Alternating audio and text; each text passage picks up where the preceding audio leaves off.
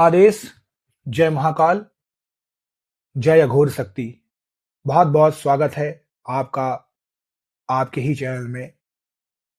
देखिए, आप में से बहुत से लोग कमेंट करते हैं, मैं जवाब नहीं दे पाता हूं और मेरे लिए पॉसिबल भी नहीं है। अभी तो चैनल छोटा है, तब जवाब नहीं दे पा रहा हूं क्योंकि मेरे पास काम रहते हैं और बहुत सारे कमेंट केवल यूट्यूब पे ही नहीं, इंस्टाग्राम, फेसबुक में भी आते हैं।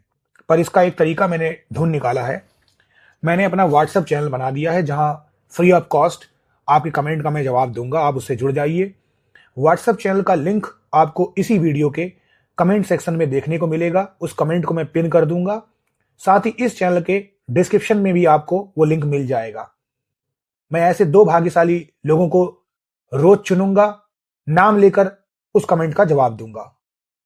तो अपने कमेंट जरूर करिएगा और इस वीडियो को लास्ट तक सुनिएगा। आप सालों से मां काली की पूजा कर रहे हैं, मंत्र जप कर रहे हैं, व्रत रख रहे हैं, पर क्या कभी तुम्हें ऐसा लगा कि मां ने तुम्हारी दी हुई भेंट स्वीकार की है? क्या कभी तुम्हें उस दिव्य शक्ति की अनुभूति हुई जिसकी एक झलक पाने के लिए अघोरी बरसों शमशान में तपस्या करते रहते हैं? लोग अक्सर गलती क्या करते हैं, वो मां काली को सिर्फ एक सौम्य देवी समझकर साधारण फल मिठाई चलाते हैं। पर याद रखना, मां काली प्रचंड है, वो काल की स्वामिनी है। उन्हें प्रसन्न करने के लिए तुम्हें वो देना होगा जिसकी उन्हें तृप्ति है। तंत्र शास्त्र और अघोर मार्ग में ऐसी 2 वस्तुएं बताई गई हैं जिनका भोग लगाते ही मां काली की ऊर्जा तुम्हारे घर में साक्षात जागृत हो जाती है।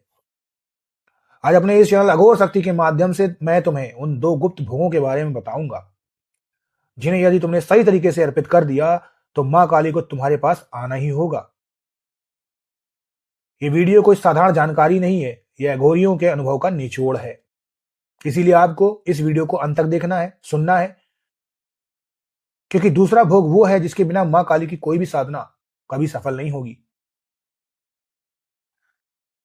मेरे दर्शकों, सबसे पहले आपको ये समझना जरूरी है कि मां महाकाली है कौन। वो ब्रह्मांड की आदि शक्ति है जो संहार और सृजन दोनों की जननी है। उनके उग्र रूप को शांत करने के लिए, उनकी कृपा पाने के लिए तत्व का दान करना पड़ता है। अघोर मार्ग में हम कहते हैं कि देवी को चढ़ाया गया भोग केवल एक रस्म नहीं है, बल्कि वो तुम्हारी श्रद्धा की बलि है। जब तुम सही वस्तु अर्पित करते हो तो उस वस्तु की खुशबू और उसके तत्व से सूक्ष्म जगत की शक्तियां आकर्षित होती हैं। मां काली के साथ उनके असंख्य योगिनियां और गण भी चलते हैं। जब तुम ये 2 विशेष भोग लगाते हो तो वो गण तृप्त होते हैं और मां के आने का मार्ग प्रशस्त करते हैं। पहला भोग जो मां काली को अत्यंत प्रिय है।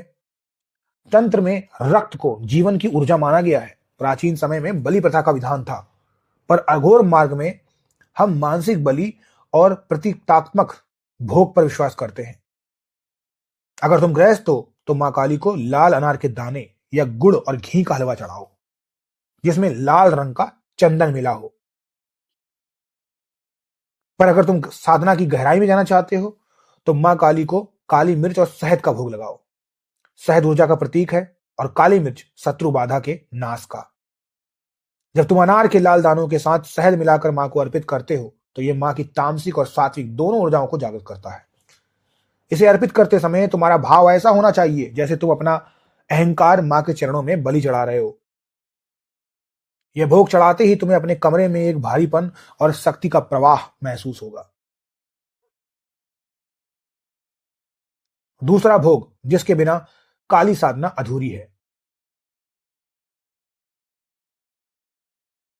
लौंग और कपूर की आहुति। आप सोचोगे ये तो बहुत सामान्य, नहीं, आप तरीका सुनिए।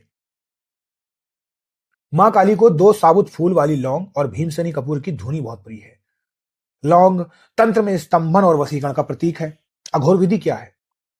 दीपक जलाने के बाद एक मिट्टी के पात्र में कपूर जलाओ और उसमें 2 लौंग डालकर मां काली के बीज मंत्र क्रीम का जाप करो। उस धुएं को अपने पूरे घर में फैलाओ। यह धुआं नकारात्मक शक्तियों को मार भगाता है और मां काली के दूतों को निमंत्रण देता है। मां काली को मदिरा का भोग भी लगाया जाता है, पर गृहस्थों को सलाह दी जाती है कि वे इसकी जगह नींबू का रस और नमक चढ़ाएं। यह मां की उग्रता को शांत करता है और तुम्हें सुरक्षा प्रदान करता है।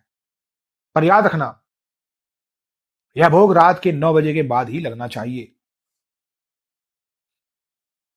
एक चीज मैं आपको बताना चाहूंगा कि भोग सिर्फ रख देने से काम नहीं चलेगा, उसे अभिमंत्रित करना पड़ता है। जब तुम ये 2 भोग मां के सामने रखो तो अपनी अनामिका उंगली से उस पर जल छिड़को और बोलो, ओम क्रीम काले नमः इम नेवदम निवेदयामि। इस मंत्र के साथ जब तुम भोग अर्पित करते हो तो वह पदार्थ से बदलकर ऊर्जा बन जाता है। ओम क्रीम काल्यः नमः इम निवेदम निवेदयामि। मां काली भाव की भूखी है। भोग लगाते समय अपनी आंखें बंद करो और कल्पना करो कि मां अपनी लंबी जीभ से उस भोग को स्वीकार कर रही है।